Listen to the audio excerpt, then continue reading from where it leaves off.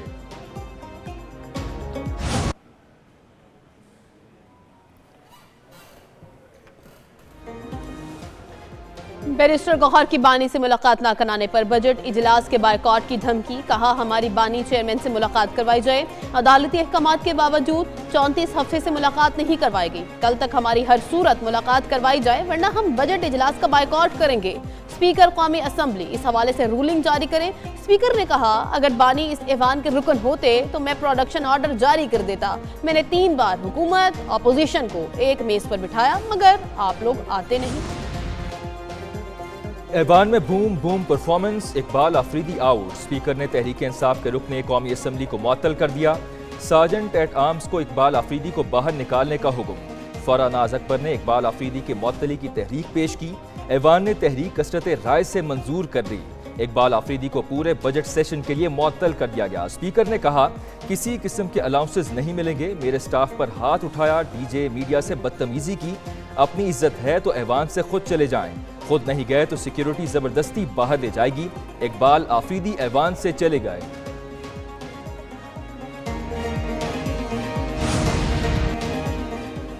Peoples party کا ارسا کی جانب سے پانی کی تقسیم پر احتجاج۔ شازیہ مری نے کہا ارسا سندھ سے انصاف نہیں کر رہا۔ اس وقت 39% پانی کی کمی کا سامنا ہے۔ سندھ سوکھ رہا ہے، ہماری فصلیں تباہ ہو رہی ہیں۔ ٹیلی میٹری سسٹم کیوں آپریشن نہیں ہے؟ پانی کی تقسیم 1991 کے معاہدے کے مطابق نہیں ہو رہی۔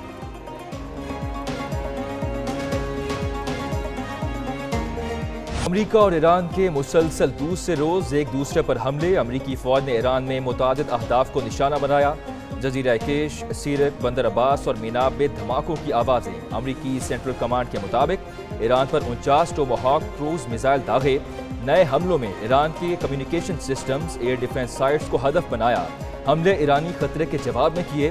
آبنائے ہرمز میں کسی امریکی جنگی جہاز پر حملہ نہیں ہوا۔ تجارتی جہاز آبنائے ہرمز سے گزر رہے ہیں۔ سینٹ کام کا ایران میں سیلف ڈیفنس سٹرائکس مکمل کرنے کا اعلان۔ ٹرمپ اور امریکی وزیر جنگ نے ایران پر بڑے حملوں کی دھمکی دی تھی۔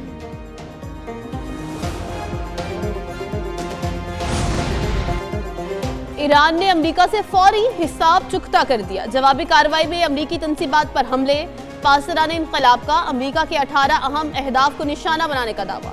ترجمان پاسداران انقلاب کے مطابق کویت کی علی السالم اور احمد الجابر بیسز پر حملے کیے۔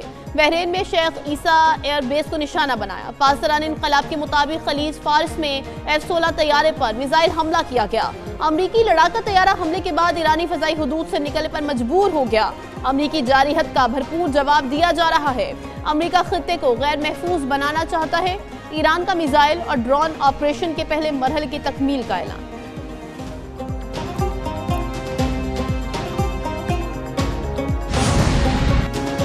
ایران کا امریکی اشتعال انگیزی پر آبنائے ہرمز کا لاک ڈاؤن، آبی گزرگاہ کو مکمل طور پر بند کرنے کا اعلان۔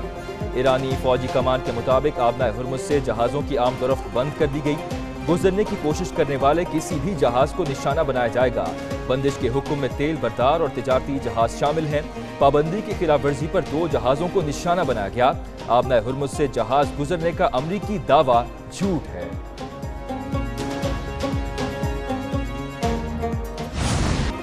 امریکی صدر ٹرمپ کا ایران پر آج رات بڑے حملے کرنے کا اعلان۔ کہا بہت جلد تیل اور گیس کی مارکیٹ پر ہماری اجارہ داری قائم ہوگی، بالکل ویسا ہی کریں گے جیسا ہم نے وینزویلا میں کیا تھا۔ ایران میں امریکی جنگی طیارے پرواز کر رہے ہیں۔ ایران پر حملوں میں اسرائیل شامل نہیں۔ ڈیل نہ کی تو ایران کا برا حال کر دیں گے۔ ایرانی عہدیدار نے امریکی صدر کے بیان کو مسترد کر دیا۔ صدر ٹرمپ سے کوئی رابطہ نہیں ہوا۔ امریکی صدر کا بیان جنگ سے بچنے کی کوشش ہے۔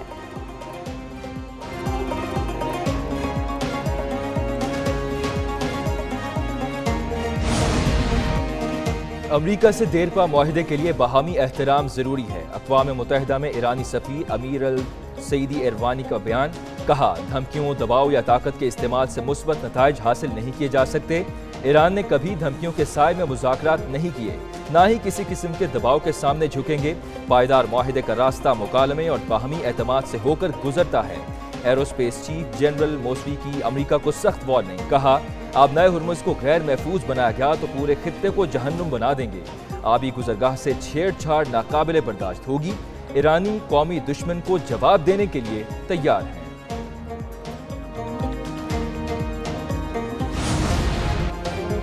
امریکہ کا ایران پر نئی پابندیوں کے ساتھ حملہ، ایران کی 9 شخصیات اور اداروں پر پابندیاں عائد کر دیں۔ امریکی محکمہ خزانہ کے مطابق پابندیاں ایرانی وزارت دفاع، پاسداران انقلاب اور ایرانی افواج کو اسلحے کی خریداری میں معاونت پر عائد کی۔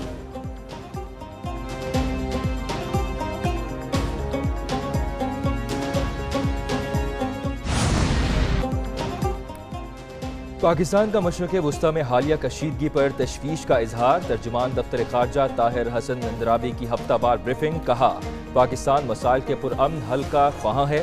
وزیر داخلہ محسن نقوی نے دورہ تہران میں اہم ملاقاتیں کی۔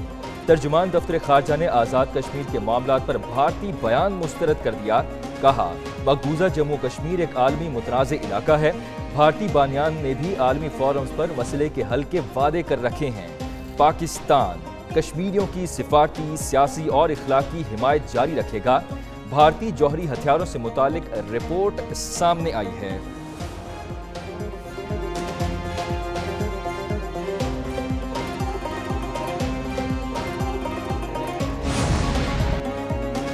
اسحاق ڈار علاقائی کشیدگی بڑھتے ہی سفارتی محاذ پر ان ایکشن، ترک وزیر خارجہ حقان فیدان سے ٹیلی فونک رابطہ، خطے کی بدلتی صورتحال پر تبادلہ خیال، دونوں رہنماؤں کا مذاکرات اور تحمل کی اہمیت پر زور، تمام فریقین کے درمیان جلد مفاہمت پر امید کا اظہار، خطے میں امن و استحکام کی ضرورت پر اتفاق۔ اسحاق ڈار کا مصری ہم منصب بدر عبدالعاطی سے بھی ٹیلی فونک رابطہ، خطے کی تازہ صورتحال پر تبادلہ خیال، مذاکرات اور سفارتی روابط کے تسلسل کی اہمیت پر زور۔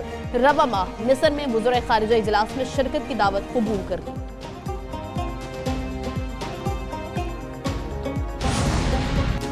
ایران امریکہ مذاکرات میں قطر کی ثالثی، قطری وفد ایران سے مذاکرات کے بعد تہران سے روانہ، قطری ٹیم نے ایرانی حکام سے مذاکرات مکمل کر لیے۔ قطر کی جانب سے ایران اور امریکہ کے درمیان معاہدے کی کوششیں جاری ہیں۔ رائٹرز کے مطابق مذاکرات رات گئے تک جاری رہے۔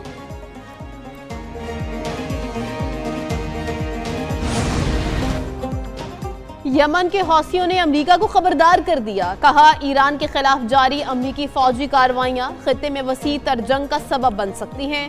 امریکی حملے ایرانی عوام کے عزم کو کمزور کرنے میں ناکام رہیں گے۔ کشیدگی میں اضافے سے عالمی تجارتی راستے اور سپلائی چین متاثر ہو سکتی ہے، جس سے عالمی معیشت کو سنگین خطرات لاحق ہوں گے۔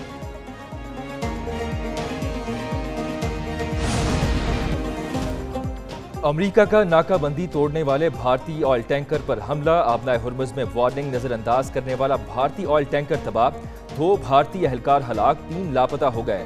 رائٹرز کے مطابق امریکی فورسز نے ہدایات نظر انداز کرنے پر بھارتی جہاز کے انجن روم پر گائیڈڈ ہتھیاروں سے حملہ کیا۔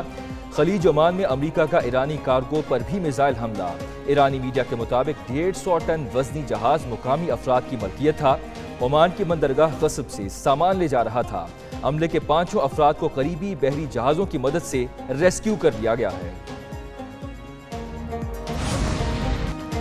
وزیر اعظم شہباز شریف کے بانی پی ٹی آئی کے خلاف ہرجانہ کیس میں پیش رفت، بانی پی ٹی آئی کی نظر ثانی درخواست منظور، سپریم کورٹ نے حق دفاع بحال کر دیا، عدالت نے 2-1 کی اکثریت سے فیصلہ سنایا، جسٹس عائشہ ملک نے مختصر فیصلہ پڑھ کر سنایا، جسٹس عائشہ ملک کی سربراہی میں 3 رکنی بینچ نے فیصلہ محفوظ کیا تھا۔